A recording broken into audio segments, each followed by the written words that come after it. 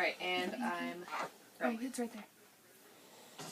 Cars, factories, heating, electricity, littering, and recycling. All human activities of everyday human activities in the United States. The only problem is that these everyday human activities come at a serious price, the cause of drastic atmospheric changes.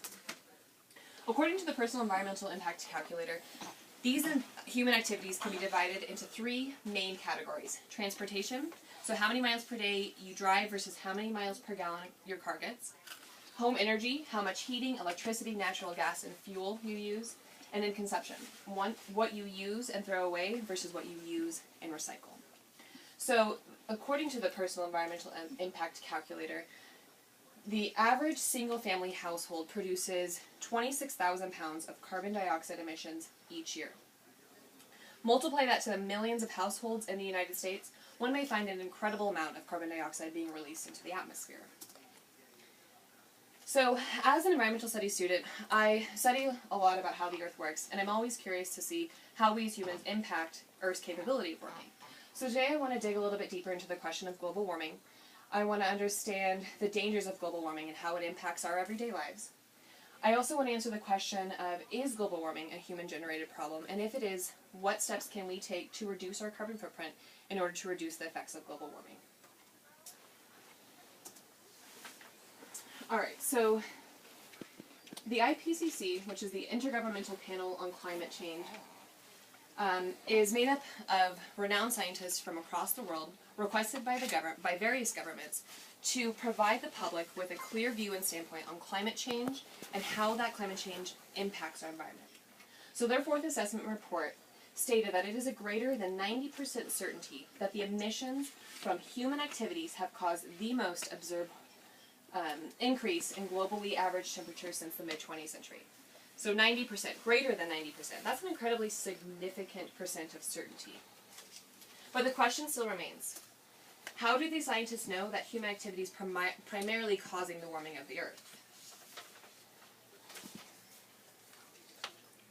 In order to answer this question, we must first understand how the IPCC has determined that humans impact global warming. So the IPCC refers to activities that release greenhouse emissions as global climate drivers. So there are natural climate drivers, which occur naturally within the environment and release normal emissions into the atmosphere, and then there are human-produced climate drivers. And these climate drivers release heat-trapping emissions. So what these heat-trapping emissions do is quite literally trap heat. So what scientists are measuring when they are measuring CO2 is the weight of the carbon molecule. The lighter the carbon molecule, the more likely it will remain trapped in the lower atmosphere. When examining human activities such as burning coal, oil, gas, as well as cutting down forests, scientists have found that the molecules released from this are the lightest compared to all the other forms. So when we burn coal, oil, and gas to generate electricity and drive our cars, we are releasing incredibly light carbon molecules into the atmosphere where they simply remain trapped. Whereas natural CO2 emissions are much heavier and are able to travel from the lower atmospheric layer to the higher atmospheric layer, creating a consistent flow of temperature. The danger in heat-trapping emissions is that the heat is being trapped in this lower atmosphere, causing a disequilibrium in temperature. This is what's causing the issue which we are discussing, which is the overall warming of the Earth.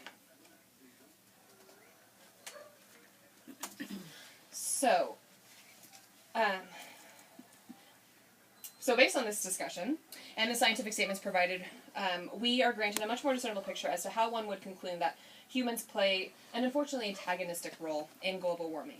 According to the IPCC, it is nearly unequivocally proven that human-generated emissions are much to blame for the warming of the Earth's temperature. More importantly, it is the warming of the Earth that has caused the more catastrophic and severe storms that we have recently endured. Which brings us to our next discussion, and that is, how does global warming affect our everyday lives? So, according to the National Wildlife Federation, global warming is making hot days hotter, rain and flooding heavier, hurricanes stronger, and droughts more severe. It is this extreme amplification of climate and weather that has been the most visible to us. In fact, Colorado has been a recent victim of these extreme weathers. That incredible rainfall we got caused massive floodings across the entire state, which impacted our homes, our place of work, our streets, and more importantly, our family and our friends. And what the Environmental Federation is expressing is this concern that global warming is essentially reshaping the landscape of Earth in dangerous ways that's causing certain habitats and living organisms to essentially be demolished. So let's go into a little bit more of the specificities of these examples. So scientists have predicted that although the frequency of tropical storms or hurricanes will likely decrease, the magnitude of intensity in which they come will increase. Due to higher wind speeds and a higher increase in precipitation, there will be more catastrophic storm surges. We have quite recently seen the effects of these global warming predictions, which is Hurricane Katrina and more recently Superstorm Sandy. In both cases, these storms were incredibly destructive. We lost pertinent land, people, and resources, which were incredibly tragic. I couldn't imagine these storms coming with any more ferocity than they already have. And the unfortunate reality is that scientists have predicted that these significant increases in weather patterns will likely increase the intensity in which these storms will come. Also, with Earth's changing landscape due to extremes in warming and cooling in various habitats, Earth's wildlife has been impacted and will continue to be impacted. Global warming has been noted as the emerging driver of habitat loss. The overall warming of the Earth has in fact destroyed many large parts of habitats, causing wildlife to venture elsewhere to find land and resources, which is often dangerous. And one of the more prominent examples is the polar bear. And that is because the greatest impact has been on those habitats that need cooler temperatures. So what causes this extreme weather? Unnatural changes to our atmosphere. What's causing these unnatural changes? Heat-trapping emissions, causing a disequilibrium in the atmospheric layers. What's causing these heat-trapping emissions? The burning of fossil fuels and deforestation. And who is burning fossil fuels and deforesting? Humans. Which leads perfectly into our next discussion, which is what can we as humans do to reduce our carbon footprint and in turn reduce the effects of global warming? So the scientists at McAuliffe and Shepard Discovery Center provide some simple and easy ways to reduce your carbon footprint. One of the suggestions that they make is to start recycling. According to the scientists at McAuliffe and Shepard, they say that a household that recycles aluminum cans, glass bottles, plastic, cardboards, and newspapers can reduce CO2 emissions by 850 pounds per year. They also suggest to be more energy efficient, turn down the thermostat. By turning down the thermostat by only 1.8 degrees, we can reduce our carbon dioxide emissions by 286 pounds per year. Air dry clothes, turn off unneeded lights, and then trade in that gas guzzler for a car that gets even just 10 miles per gallon better, and we can reduce the carbon footprint by 4,000 pounds per every 10,000 miles driven. So, considering that the average household emits 26,000 pounds per year, the reductions that were just described are pretty amazing. It's quite significant the impact that we as humans can have on reducing the effects of global warming just by making the commitment to even do a couple of these things. So, in wrapping this up, I hope that the evidence that I provided through the scientists at the IPCC and various scientific journals provided a discussion that appropriately addressed any questions or concerns you may have had regarding global warming, and in particular, CO2's role in global warming.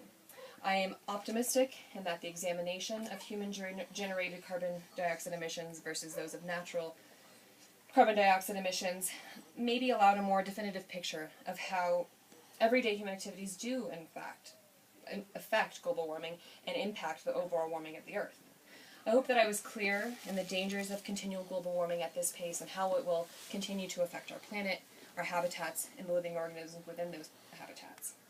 And with the tips provided on how to reduce carbon emissions, I hope that I was able to show all of you how truly easy it is to do better for our planet. So with that, I encourage all of you to pick just 2 of the items that the scientists suggested and make the commitment to adapt their practices. I encourage you to be the ones to make the difference. I encourage you to choose to be a part of the solution and refuse to be a part of the cause.